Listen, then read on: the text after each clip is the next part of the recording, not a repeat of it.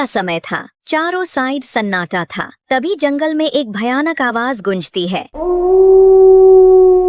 ये भयानक आवाज सुन गधा का होश ही उड़ जाता है। अरे ये कैसी अजीब आवाज है। इससे पहले मैं इस जंगल में ऐसा अजीब आवाज आज तक कभी नहीं सुना। और अब गधे का डर से जी घबराने लगा। मैं तो कहता हूँ भाग ले भोला बेटा, वरना बेमौत मारा जाएगा। और अब भोला गधा वहाँ से तेजी से भागने लगा और डर से गधा का सांस फूलने लगा। हे भगवान, आज मैं ये किस मुसीबत में फंस गया। कहीं अगर वो राक्षस मेरे को देख लिया तो मैं आज बेमौत मारा जाऊंगा। जैसे तैसे करके गधा वहां से भागा और गधा बहुत ही डरा हुआ था क्योंकि वह अजीब आवाज अभी भी गधे की कान में गूंज रहा था। गधा का ये हाल देख जंगल के जानवर, क्या हुआ गधे, तुम बहुत ही डरे हुए लग रहे हो। कुछ मत पूछो हाथी दादा, और मैं तो कहता हूँ सब यहाँ से भाग चलो। ये तू क्या बकवास किए जा रहा है। मैं बकवास नहीं कर रहा हूँ हाथी दादा। इस जंगल में एक बहुत ही भयानक राक्षस आ गया है और मैं बहुत ही मुश्किल से यहाँ तक भाग कर आया हूँ। ये तू क्या बात कर रहा है गधा, तू होश में तो है ना। कब से अनाप शनाप बके जा रहा है। गधे की इस तरह की बात सुन लोमड़ हंसते हुए कहता है, मुझे तो लगता है हाथी दादा ये गधा जंगली कुत्तों की आवाज सुन डर के मारे भागा है। ये तो वैसे भी डरपोक है और हमें भी डरा रहा है। तू चुप कर लोमड़ के बच्चे, मैं सच कह रहा हूँ हाथी दादा। बहुत ही भयानक आवाज थी और मुझे तो लगता है वो कोई आम जानवर नहीं है, जरूर कोई राक्षस ही है। उसकी आवाज सुन एक पल के लिए तो डर से मेरा सांस ही रुक गई थी। इधर जंगल के जानवर उस अजीब आवाज वाले जानवर के बारे में बात कर ही रहे होते हैं कि तभी गौरी बकरी भागी भागी जंगल के जानवरों के पास जाती है। और बकरी बहुत ही घबराई हुई थी क्योंकि वो भी वही आवाज सुनी थी जो गधा ने सुना था। और बकरी इतना घबरा गई थी कि बहुत ही मुश्किल से जानवरों के पास पहुंच पाई। अब तुम्हें क्या हुआ बकरी, तुम इस तरह कहाँ से भागी भागी आ रही हो। कुछ मत पूछिए हाथी दादा, मैं बहुत ही मुश्किलों से अपनी जान बचाकर आई हूँ। और गधे भाई सही कह रहा है, बहुत ही भयानक जानवर आ गया है इस जंगल में। बहुत ही अजीब आवाज है उसकी। उसका आवाज सुन एक पल के लिए तो मुझे ऐसा लगा कि मैं बेमौत मारी जाऊंगी और मेरे बच्चे सब अनाथ हो जाएंगे। बकरी की इस तरह की बात सुन जंगल के सभी जानवर बहुत ही डर जाते हैं। ये कैसा मुसीबत आ पड़ा इस जंगल में। अगर ऐसा ही चलता रहा तो इस जंगल के बेगुनाह जानवर मारे जाएंगे। तू सही कह रहा है भालू। अगर समय रहते हुए उस भयानक जानवर का कुछ नहीं किया गया तो वो इस जंगल में आतंक मचा देगा और सारे बेगुनाह जानवर मारे जाएंगे। कोई नहीं बचेगा इस जंगल में और मुझे तो लगता है उसका कुछ न कुछ करना ही पड़ेगा उसका। और अब जंगल के सारे जानवर बहुत ही घबराए हुए थे। सबके मन में एक ही बात चल रही थी, आखिर कौन है वो भयानक आवाज वाला जानवर। अब जंगल के जानवर सब डर के साए में जीने लगे। मैं तो कहता हूँ हाथी दादा, हमें यह खबर जंगल के राजा बलवंत को देना चाहिए। हाँ गधे, तू ठीक कह रहा है। वहीं अब कुछ कर सकते हैं और हमें अभी की अभी ये खबर जंगल की राजा बलवंत तक पहुंचना चाहिए। और मैं तो कहता हूँ हम सबको अभी की अभी जंगल के राजा बाघ के पास चलना चाहिए। हाँ हाथी दादा, मेरा भी यही विचार है। हमें देर न करते हुए अभी के अभी जंगल के राजा बाघ के पास जाना चाहिए। फिर सभी जानवर जंगल के राजा बाघ के पास जाते हैं।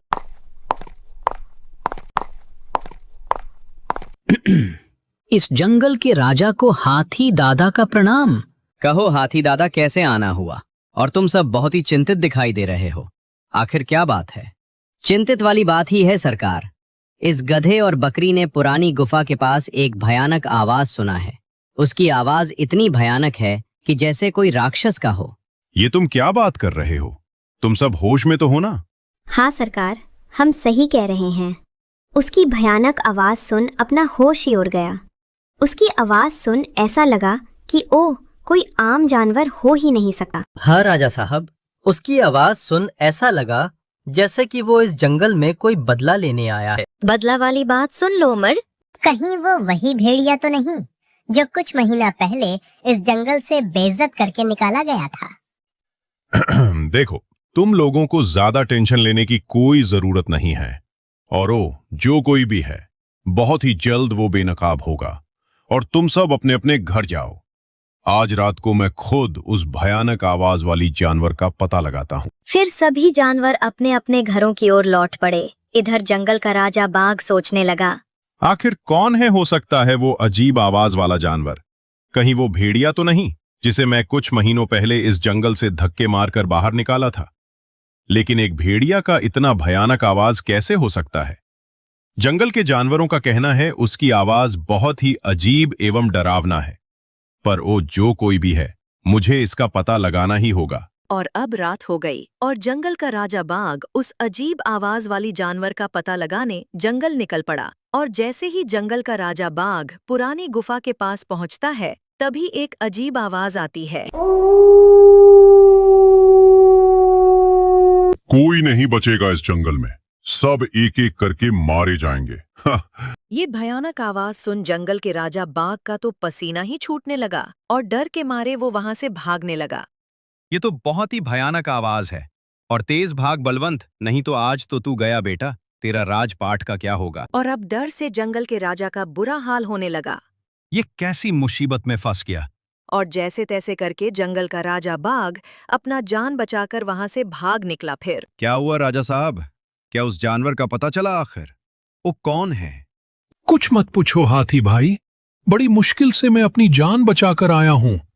मैं ऐसा भयानक एवं डरावना आवाज आज तक कभी नहीं सुना था।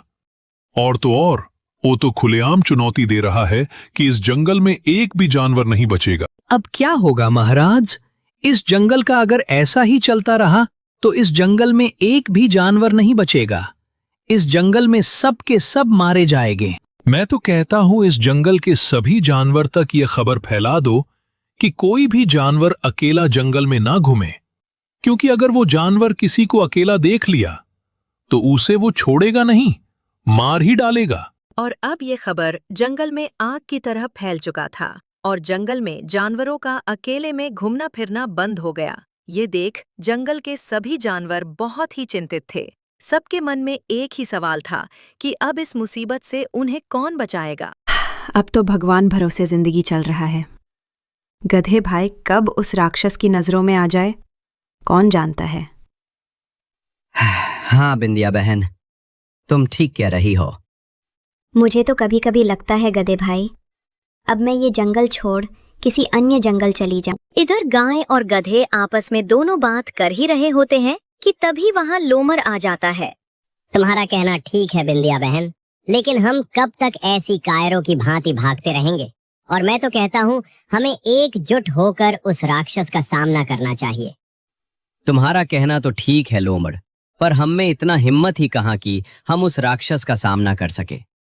अब तुम ही बताओ, जब हमारे जंगल का राजा ही उस राक्षस से डर कर बैठ गया तो हम जैसे छोटे जानवर भला उस खूंखार जानवर का सामना कैसे कर सकते हैं? तुम ठीक कह रहे हो गधे भाई, पर मुझे नहीं लगता वो कोई राक्षस है। मुझे तो लगता है ये किसी जानवर का साजिश है जो हमें अजीब अजीब आवाज लगाकर डरा रहा है और इस जंगल को छोड़ने पर मजबूर कर रहा है। पर मैं तो कहता हूँ हमें इस तरह डर कर ये जंगल छोड़ भागना नहीं चाहिए। और जहाँ तक मुझे लगता है वो कोई राक्षस नहीं है, वो भेड़िया ही है जिसे जंगल का राजा बलवंत ने बेइज्जत करके निकाला था। और तुम लोग को ये बात शायद याद हो, वो भेड़िया ने जाते वक्त ये बात बोल कर गया था कि उसकी बेइज्जती का बदला पूरे जंगल को चुकाना पड़ेगा। लोमड़ की इस तरह की बात सुन जानवरों में थोड़ी हिम्मत आई। हाँ लोमड़, तुम ठीक कह रहे हो। तुम्हारा बात सुन मुझे भी यही लगता है कि वो भेड़िया ही है, या फिर उसकी ये कोई चाल है, या फिर वही ये सब करवा रहा हो। हाँ गधे भाई, और मैं यही बात उस डरपोक बाघ को बताने जा रहा हूँ। शायद उस डरपोक बाघ में थोड़ी हिम्मत आ जाए। ये कहकर लोमड़ वहां से निकल पड़ा।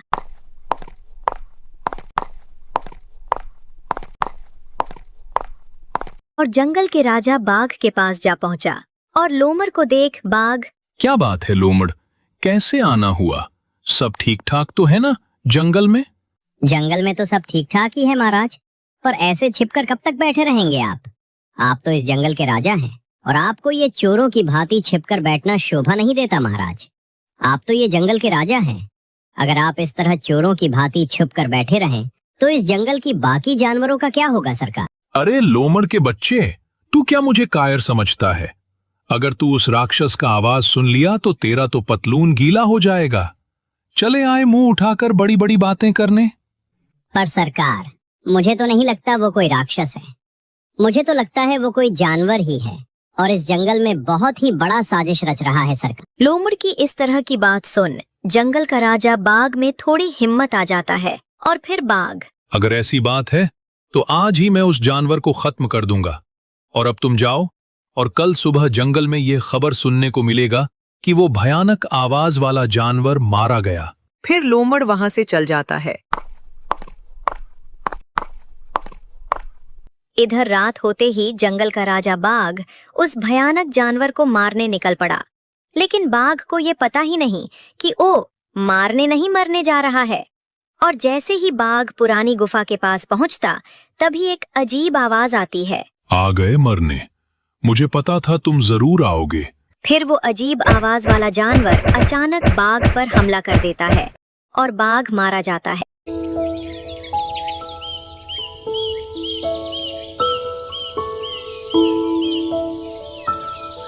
और दूसरे दिन सुबह होते ही लकड़बग्घा दौड़ते हुए जंगल की ओर जाता है।